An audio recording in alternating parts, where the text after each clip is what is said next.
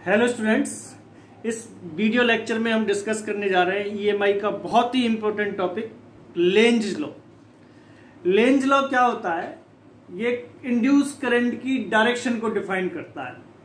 Length law define the direction of induce current in the coil. देखिए पहला point, Lenz law define the direction of induced current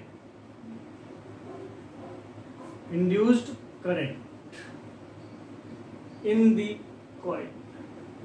coil के अंदर ये induce current की direction को define करता है। It is based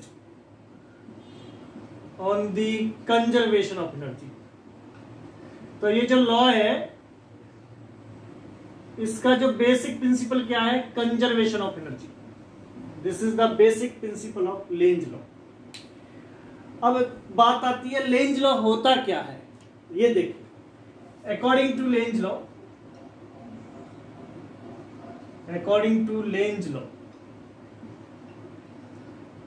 induced current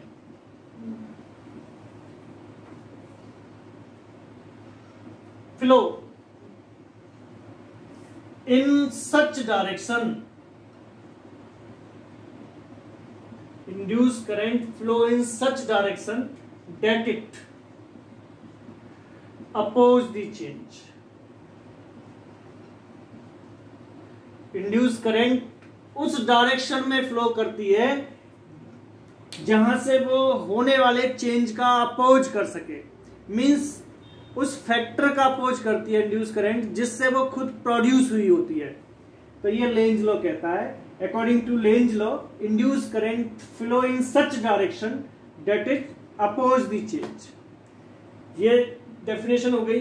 मैंने क्या बताया, इसका बेसिक प्रिंसिपल क्या है? Conservation of energy. और लेंज लॉ क्या डिफाइन करता है? Direction of induce current. अब इसे समझने का प्रयास करते हैं। देखिए, मान लीजिए एक कॉइल है मेरे पास।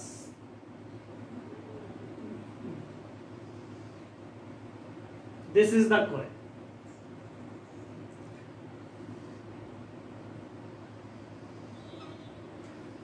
और ये बार मैग्नेट है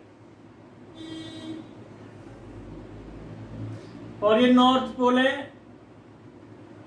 अभी हमने फैराडेज एक्सपेरिमेंट में क्या देखा था कि जब इन दोनों के बीच में कोई रिलेटिव मोशन नहीं है तो इस कॉइल में कोई करंट इंड्यूस्ड नहीं होता। लेकिन जब रिलेटिव मोशन स्टार्ट होती है तो कॉइल में करंट सेट होता है, करंट इंड्यूस्ड होता है। अब देखिए कैसे होता है, उसकी डायरेक्शन क्या है। मान लीजिए नॉर्थ पोल कॉइल की तरफ जा रहा है तो उससे क्या चेंज होगा? इसमें फील्ड लाइंस की संख्या बढ़ेगी। जैसे सपोज कीजिए अभी जो है इसमें 3 लाइन्स है या ये 4 लाइन है, बाकी लाइन ऐसे जा रही है यूं। जब इस नॉर्थ पोल को मैं पास लेके जाऊंगा तो ये लाइंस भी इसमें एंटर करेंगी। मींस क्या होगा? फ्लक्स बढ़ेगा। फ्लक्स बढ़ेगा तो बढ़ने का अप्रोच क्या होता है? इस फ्लक्स को कम करना। जो मेन फ्लक्स है उसे क्या करना? कम करना। वो कौन कम करता है? इंड्यूस करंट कम करता है। तो अभी आप देखिए, मैं बात कर रहा था कि ये नॉर्थ पोल है, ये कॉइल की तरफ जा रहा है। तो कॉइल में जो फ्लक्स लाइंस की संख्या है वो क्या होगी? बढ़ेगी। मेरे पास एक एग्जांपल लेके चल रहे हैं यहां पे। जैसे मान लीजिए ये नॉर्थ पोल है, ये टिप क्या है? North pole. ये कॉइल है और ये नॉर्थ पोल इस कॉइल की तरफ जाएगा तो इस कॉइल में फील्ड लाइंस की संख्या बढ़ेगी। जैसे मान लीजिए पहले एक लाइन जा रही थी ऐसे, फिर इसमें से 2 लाइन पास होने लगी, कॉइल और पास आने लगी तो 3 आने लगी, और ज्यादा आएगी तो और ज्यादा संख्या पास होगी। ठीक है, अब देखें क्या होगा। अब इसका अपोज क्या होगा? ये फील्ड लाइंस ऐसे जा रही है, यूं नॉर्थ टू साउथ ऐसे आती है, अंदर से बाहर की तरफ यूं। तो अब मैं करना क्या चाह रहा हूं कि फील्ड लाइंस का अपोज क्या होगा? ऊपर से फील्ड लाइन आए ये ऐसे, ये अपोज हो गया, पहले कैसे एंटर हो रही है, ये वाली यूं आ रही है, और इसका अपोज क्या होगा, ये वाली आ रही है। तो राइट हैंड थंब रूल क्या कहता है कि अगर थंब करंट की डायरेक्शन को शो करे तो फिंगर्स का जो कर्ल है वो क्या शो करता है, मैग्नेटिक फील्ड की डायरेक्शन को शो करता है। अब आप देखिए जो मेन फील्ड लाइंस थी वो ऐसे आ रही थी, इसका अपोज क्या होगा, ऐसे फील्ड लाइंस आएगी। अब फील्ड लाइंस ऐसे जाएगी तो इसका मीनिंग क्या होगा, करंट की डायरेक्शन थंब की होगी, ये आ गया नहीं आ गया, ये करंट की डायरेक्शन हो गई। कौन सी डायरेक्शन हो गई है, एंटी क्लॉकवाइज। क्या हो गया, एंटी क्लॉकवाइज। अब आप देखिए मैं क्या कह रहा हूं, नॉर्थ पोल ऐसे जा रहा है, तो नॉर्थ पोल जब जा रहा है तो ये जो नॉर्थ पोल जा रहा था तो यहां पे क्या बनेगा, नॉर्थ पोल बनेगा। तो सामने वाली जो फेस है कोयल की, सामने वाली फेस पे क्या बन गया, नॉर्थ पोल। ये वाली फेस नॉर्थ, ये वाली क्या हो जाएगी, साउथ। तो करंट ऐसे जाएगा एंटी क्लॉकवाइज। अभी बताया था एंटी क्लॉकवाइज कैसे बना, ये फील्ड लाइंस कैसे जा रही थी, इसमें मेन ऐसे जा रही थी यूं। अब इसका अपोज क्या होगा, ये वाली सिचुएशन, ये वाली। समझ में आ गया, तो करंट कैसे होगा, ये वाला। राइट हैंड थंब रूल आप अच्छी तरह से जानते हैं, एक बार घर पे प्रैक्टिस कीजिएगा, बहुत सही से समझ में आ जाएगा। दोबारा देखिए ये कॉइल है, ये बार मैग्नेट है। अब मान लीजिए नॉर्थ पोल है, अब इससे दूर जाने लगे, ये दूर जाने लगा, इससे क्या होगा, फील्ड लाइंस की संख्या इसमें से कम होगी, जाएगी तो यही। पहले मान लीजिए 3 जा रही थी, अब धीरे धीरे क्या हो जाएगी, 2 रह जाएंगी, लेकिन जाएगी कैसे, नीचे से ऐसे निकल के आएगी, कभी 1 रह जाएगी। अब इसका मतलब क्या है, अब इसका अपोज क्या होगा, फील्ड लाइंस धीरे धीरे 3 से 2 हुई, 2 से 1 हुई, कम हो रही है, फील्ड लाइंस क्या हो रही है, कम हो रही है। कम होने का अपोज क्या है, इसे बढ़ाएं। बढ़ाएंगे कैसे, इसमें से एडिशनल कुछ ऐसे ही डालें, तो ये आ गया सिचुएशन। तो करंट ऐसे जाएगा थंब की डायरेक्शन में, तो करंट कैसे हो जाएगा, क्लॉकवाइज डायरेक्शन। ये अब दोबारा देखिए, इसी को दूसरे सेंस में देखिए, जैसे मैंने क्या बताया, नॉर्थ पोल से दूर जा रहा है, इसका अपोज क्या करना चाहिए, इसे रोकना चाहिए। कौन रोकेगा, इसे एस पोल यहां पे बन जाए तो अट्रैक्शन मिले, तो यहां पे क्या बन जाता है, सामने वाली फेस पे एस पोल बन जाता है। ये तो ये जो मैंने एरो लगाया है करंट की डायरेक्शन को समझ में आया। तो ये था लेंज लॉ। लेंज लॉ क्या कहता है, ये इंड्यूस करंट की डायरेक्शन को बताता है, और ये किस पे बेस्ड है, कंजर्वेशन ऑफ एनर्जी पे बेस्ड है।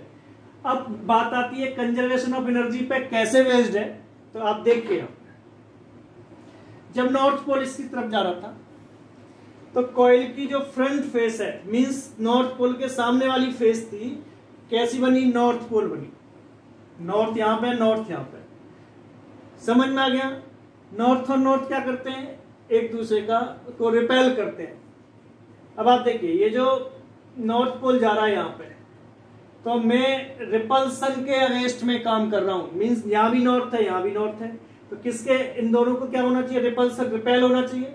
लेकिन मैं रिपल्सन के कैसे काम कर रहा हूं, अगेंस्ट में काम कर रहा हूं। यही मैकेनिकल वर्क इलेक्ट्रिकल एनर्जी में कन्वर्ट हो जाता है। एक बार दोबारा सुने इसे, when north pole of the bar magnet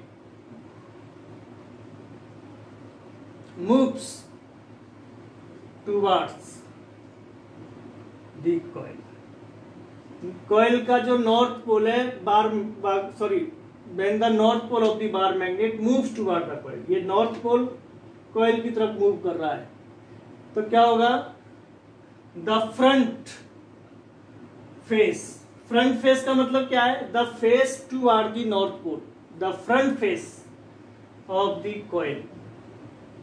front face से सेंस क्या है, द फेस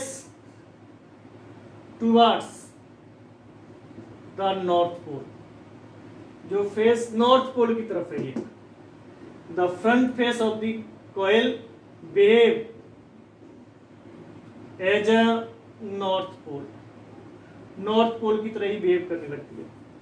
यहां भी नॉर्थ बन गया, यहां भी नॉर्थ बन गया। That is we work against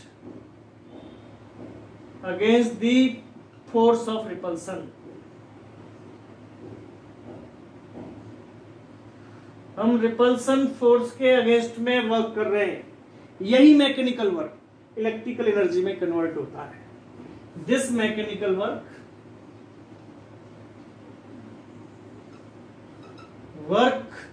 convert in the form of electrical energy